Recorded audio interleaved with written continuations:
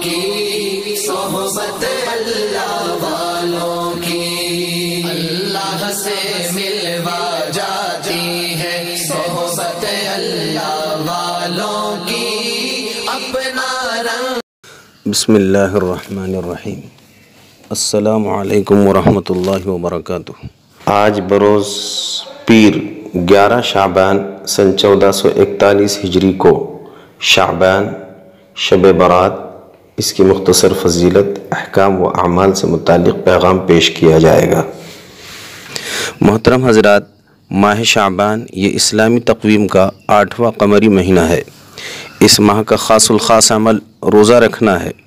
بخاری شریف کی روایت کے مطابق رمضان کے بعد جس مہینے کے اکثر دن رسول اللہ صلی اللہ علیہ وسلم روزہ رکھتے تھے وہ شعبان ہی کا مہینہ تھا۔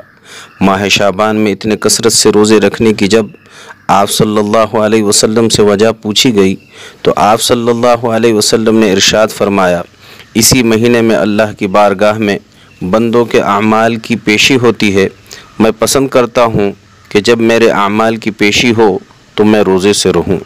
حضرت عائشہ رضی اللہ تعالی عنہا نے آپ صلی اللہ علیہ وسلم کے شعبان میں کثرت سے روزہ رکھنے کی وجہ یہ بیان فرمائی کہ پورے سال مرنے والوں کی فہرست اسی مہینے میں ملک الموت کے حوالے کی جاتی ہے۔ آپ صلی اللہ علیہ وسلم چاہتے تھے کہ جب پیارے آقا صلی اللہ علیہ وسلم کی وفات کے بارے میں ملک الموت کو احکام دیے جا رہے ہوں تو اس وقت آپ صلی اللہ علیہ وسلم روزے سے ہوں۔ اس عمل سے یہ بات بھی معلوم ہوتی ہے کہ جس شخص کے وفات کا پرچہ لکھا جا رہا ہو وہ کسی اچھے کام میں مشغول ہو تو فضل خداوندی سے قوی امید ہے کہ اس شخص کی موت بھی اچھی حالت میں ہوگی انشاءاللہ، اور اس کا خاتمہ بھی خیر و خوبی کا ہوگا۔ بھائیو، واقعی ہم امتیوں کے لیے آپ صلی اللہ علیہ وسلم کے اس عمل میں بہترین پیغام ہے۔ ہر امتی کو چاہیے کہ وہ خاص کر ان دنوں میں اپنی غفلت کو چھوڑ کر کسی نیک کام میں مصروف رہیں۔ پتہ نہیں کس امتی کے بارے میں وہاں کیا فیصلہ لکھا جا رہا ہو۔ اللہ رب العالمین نے اپنے نبی کی امت کو تھوڑے وقت میں زیادہ فائدہ اٹھانے کے لیے اسی ماہ شعبان کی 14 تاریخ کے شام میں آنے والی رات شب برات عطا فرمائی ہے۔ شب برات انتہائی فضیلت و بزرگی والی رات ہے۔ اس رات سے متعلق 10 جلیل القدر صحابہ کرام رضوان اللہ تعالی علیہم اجمعین سے روایات منقول ہے۔ اگرچہ کہ یہ روایات ضعیف ہیں تاہم فضیلت کے باب میں ان پر عمل کیا جا سکتا ہے۔ یہ تمام روایات ابن ماجہ، مشکاۃ شریف، بیہقی، کنز العمال، الترغیب والترہیب میں موجود ہیں۔ ہم اہل سنت والجماعت ہمیشہ سے اس رات کی فضیلت اور بزرگی کو مان کر ان پر عمل کرتے آئے ہیں۔ چنانچہ مشکاۃ شریف کی ایک روایت میں ہے، حضرت عائشہ صدیقہ رضی اللہ تعالی عنہ فرماتی ہے، آپ صلی اللہ علیہ وسلم نے ارشاد فرمایا، کیا تمہیں معلوم ہے اس رات یعنی شعبان کی 15ویں شب میں کیا ہوتا ہے؟ انہوں نے دریافت کیا کہ یا رسول اللہ کیا ہوتا ہے؟ آپ صلی اللہ علیہ وسلم نے فرمایا، اس شب میں یہ ہوتا ہے کہ اس سال میں جتنے بھی پیدا ہونے والے ہیں وہ سب لکھ دیے جاتے ہیں، اور جتنے اس سال مرنے والے ہیں وہ سب بھی اس رات میں لکھ دیے جاتے ہیں، اور اس رات میں سب بندوں کے اعمال سارے سال کے اٹھائے جاتے ہیں، اور اسی رات میں لوگوں کی مقررہ روزی اترتی ہے۔ شعب الایمان للبیہقی کی ایک روایت میں ہے کہ حضرت ابوبکر صدیق رضی اللہ تعالی عنہ نبی اکرم صلی اللہ علیہ وسلم سے روایت کرتے ہیں کہ آپ صلی اللہ علیہ وسلم نے ارشاد فرمایا، اللہ تعالی نصف شعبان کی شب آسمان دنیا کی طرف نزول فرماتے ہیں جیسا بھی ان کے شان کے لائق ہے، اور اس شب ہر ایک کی مغفرت کی جاتی ہے سوائے مشرک یا ایسے شخص کے جس کے دل میں بغض ہو۔ ابن ماجہ کی ایک روایت میں ہے کہ رسول اللہ صلی اللہ علیہ وسلم نے ارشاد فرمایا، نصف شعبان یعنی شب برات میں عبادت کرو اور اس کی صبح کو روزہ رکھو۔ حق تعالی شانہ سورج کے غروب ہوتے وقت ہی آسمان دنیا پر تشریف لا کر ارشاد فرماتے ہیں، کوئی مغفرت مانگنے والا ہے کہ میں اس کو بخشوں؟ کوئی رزق کا طلب کرنے والا ہے کہ اس کو رزق دوں؟ کوئی مصیبت میں مبتلا شخص ہے کہ اس کو عافیت دوں؟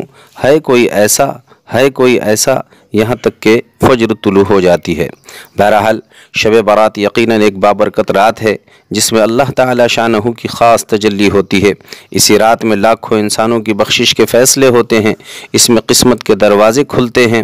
موت، حیات، صحت و بیماری، تنگ دستی، خوشحالی، عزت و ذلت کے فیصلے بھی آج کی رات صادر کیے جاتے ہیں، اور اللہ تعالی شانہ کی طرف سے اعلان ہوتا ہے، کوئی بخشش چاہنے والا ہے جس کی بخشش کی جائے، ہے کوئی فریاد کرنے والا اس کی فریاد سنی جائے، ہے کوئی روزی چاہنے والا اس کو روزی دی جائے، ہے کوئی مانگنے والا اس کو عطا کیا جائے۔ ساری رات اسی طرح دربار رہتا ہے اور بخشش کی بارش ہوتی رہتی ہے، یہاں تک کہ فجر صبح صادق ہو جاتی ہے۔ یہ اعلان اگرچہ سال بھر ہر رات ہوتا ہے، مگر وہ آخری تہائی رات کے ساتھ خاص ہے۔ شب برات میں غروب آفتاب سے فجر تک یہ دربار رہتا ہے۔ اللہ تعالی شانہ کی جانب سے سال بھر کے فیصلے تو شب برات میں ہوتے ہیں، لیکن ان کا نفاذ اور آرڈر لیلۃ القدر میں جاری کیا جاتا ہے۔ محترم حضرات، اب نہایت ضروری ہدایات شب برات سے متعلق سن لیں۔ پہلی بات یہ ہے کہ رجب کا مہینہ 30 کا تھا، اس بنا پر تمام ہی رؤیت ہلال کمیٹیوں نے یہ فیصلہ کیا ہے کہ شب برات 9 اپریل بروز جمعرات کی رات میں ہوگی۔ رجب کا مہینہ 30 کا تھا، اس بنا پر تمام ہی رؤیت ہلال کمیٹیوں نے یہ فیصلہ کیا ہے کہ شب برات 9 اپریل بروز جمعرات کی رات میں ہوگی۔ دوسری بات یہ عرض کرنی ہے کہ اوپر تفصیل سے یہ بات حدیث کی روشنی میں عرض کی گئی کہ ماہ شعبان کا خاص الخاص عمل روزہ ہے۔ پیارے رسول صلی اللہ علیہ وسلم اس ماہ میں بکثرت روزے رکھتے تھے، نیز ہر ماہ ایام 20 یعنی چاند کی 13، 14، 15 تاریخ کو بھی روزہ رکھنے کا پیارے رسول صلی اللہ علیہ وسلم کا معمول تھا۔ اس بنا پر آپ بھی شعبان کی 13، 14، 15 اور 9، 10، 11 اپریل بروز بدھ، جمعرات، جمعہ کو ان 3 وجوہات کی بنا پر روزہ رکھنے کا اہتمام کیجیے۔ اول اس وجہ سے کہ یہ ماہ شعبان ہے، میرے پیارے نبی اس میں بہت زیادہ روزے رکھتے تھے۔ دوم اس وجہ سے کہ 13، 14، 15 شعبان یہ ایام 20 ہے، میرے پیارے نبی ہر ماہ ان 3 تاریخوں میں روزہ رکھنے کا اہتمام فرماتے تھے۔ تیسری اس وجہ سے کہ شب برات فیصلے کی رات ہے، جب میرے نبی معصوم ہو کر فیصلے کی رات کے موقع پر نیک کام خصوصاً روزے کا اہتمام فرماتے تھے، تو مجھ گناہ گار کو تو اپنے فیصلے درست کرانے کی خاطر کتنے زیادہ نیک کام میں مصروف رہنے کی ضرورت ہے۔ لہٰذا اس نیت سے بھی روزہ رکھیے کہ اس کی برکت سے میرے حق میں اللہ تعالیٰ کے جانب سے خیر و خوبی کے فیصلے ہوں۔ نیز آپ بیڑ ضلع میں 9، 10، 11 اپریل بروز بدھ، جمعرات، جمعہ کو اپنی سحری 4:55 سے پہلے ختم کر لیں۔ 9، 10، 11 اپریل بروز بدھ، جمعرات، جمعہ کو اپنی سحری 4:55 سے پہلے ختم کر لیں۔ تیسری بات شب برات سے متعلق یہ عرض کرنی ہے کہ موجودہ حالات میں بھی ہم سب کو شب برات کی ساری عبادات ادا کرنی ہے، جس کی تفصیل ابھی عرض کی جائے گی، لیکن بڑے غم کے ساتھ یہ کہتے ہوئے میرا دل تڑپ اٹھا ہے کہ اللہ اللہ کر کے ابھی ہم مسجدوں کو آباد کرنے والے بنے۔ ہمارے اسلاف و اکابر کی زندگیاں عوام کو مسجدوں میں لانے میں لٹ گئیں، اللہ سے مانگتے مانگتے ان کی نیندیں اڑ گئیں۔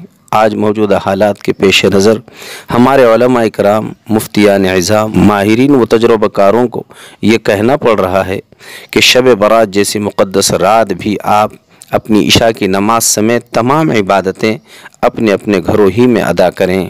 بہت سے بھائیوں کا کہنا ہے گھروں میں عبادت میں جی نہیں لگتا۔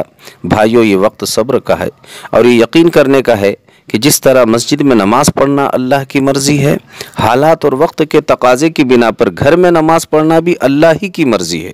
جی لگے نہ لگے آپ اپنی ساری عبادات گھر ہی میں ادا کیجیے۔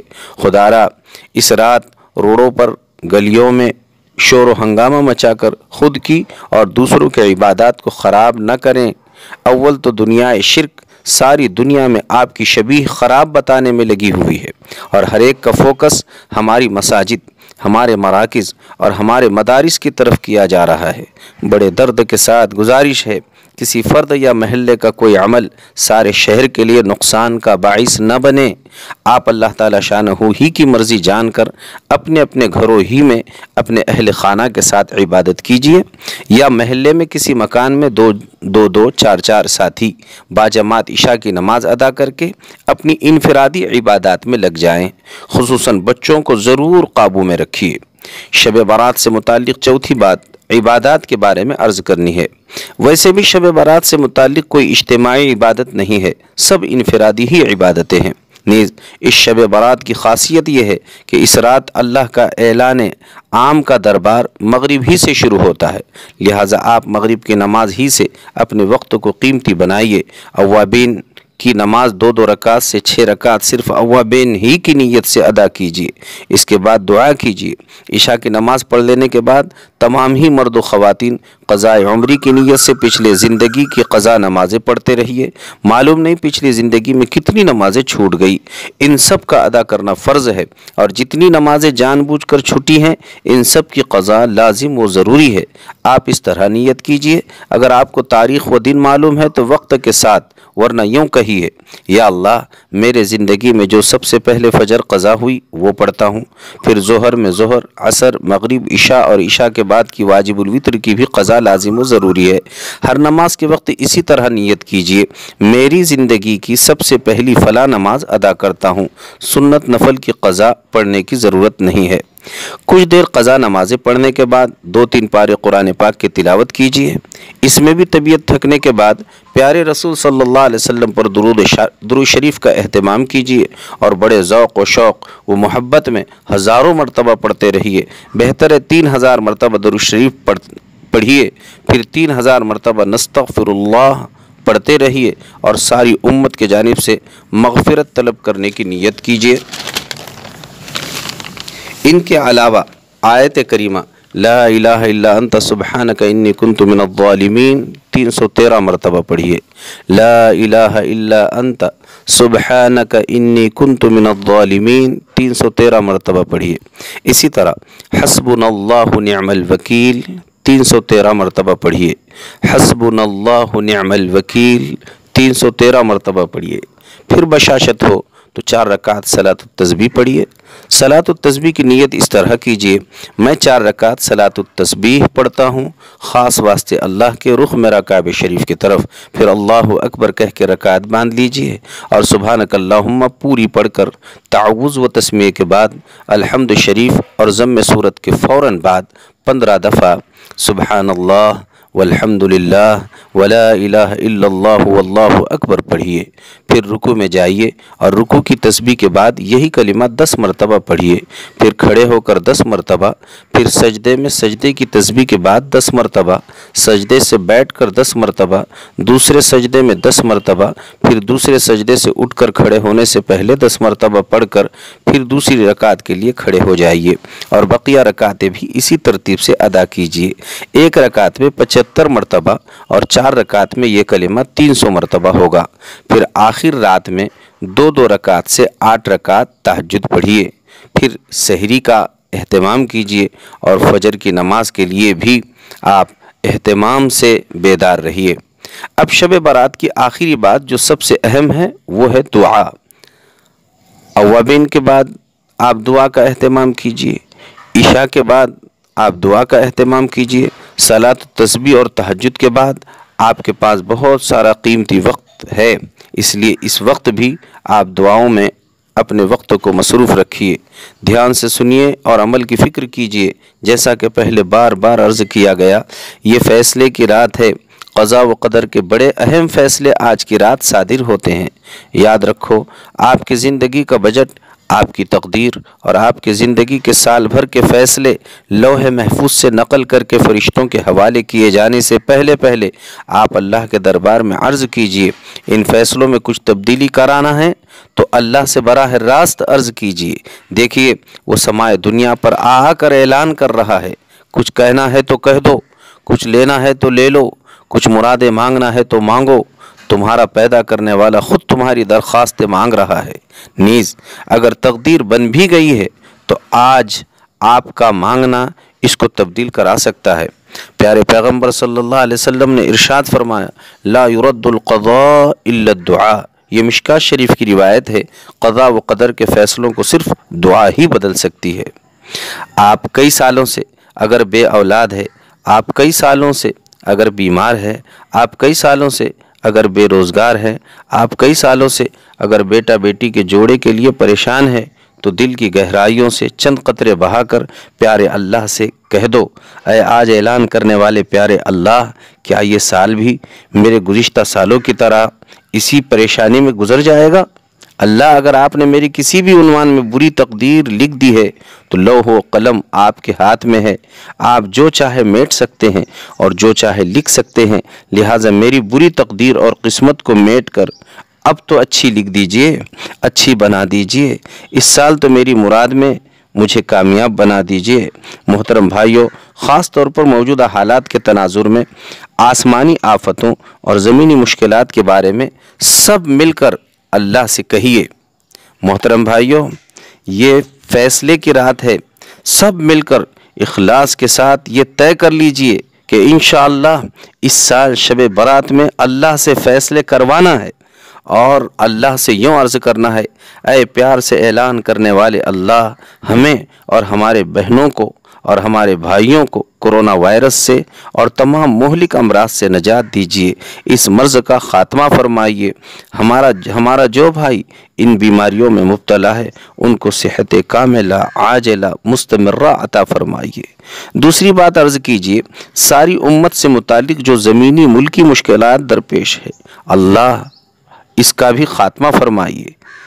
NRC، MPR اور CA وغیرہ کالے قانون کا آپ ہی اپنے قدرت کے ہاتھوں میٹ دیجئے اور اللہ امت کے ساتھ اور ہمارے مساجد، مراکز، مدارس، علماء کے ساتھ انصاف کرائیے، انصاف کی توفیق دیجئے اور ظلم و ظالم کو کیفر کردار کو پہنچانے کے فیصلے فرما دیجئے۔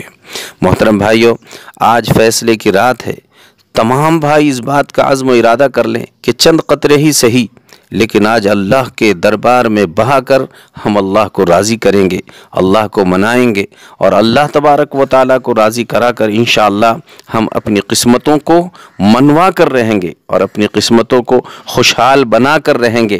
لہٰذا آج کی قیمتی رات صحیح رخ پر لانے کے لیے آپ اوپر بیان کی گئی ہدایات کے مطابق عمل کرنے کی فکر کریں، انشاءاللہ بہت فائدہ ہوگا۔ اس سیاہ کار محمد عارف کے حق میں بھی آپ سے دعا کی خصوصی درخواست ہے اور آپ کے حق میں بھی دعا کی جا رہی ہے۔ اللہ ہماری اور سارے امت مسلمہ کی تمام ضروریات کو محض اپنے فضل سے پورا فرمائیں۔ وآخر دعوانا ان الحمد للہ رب العالمین۔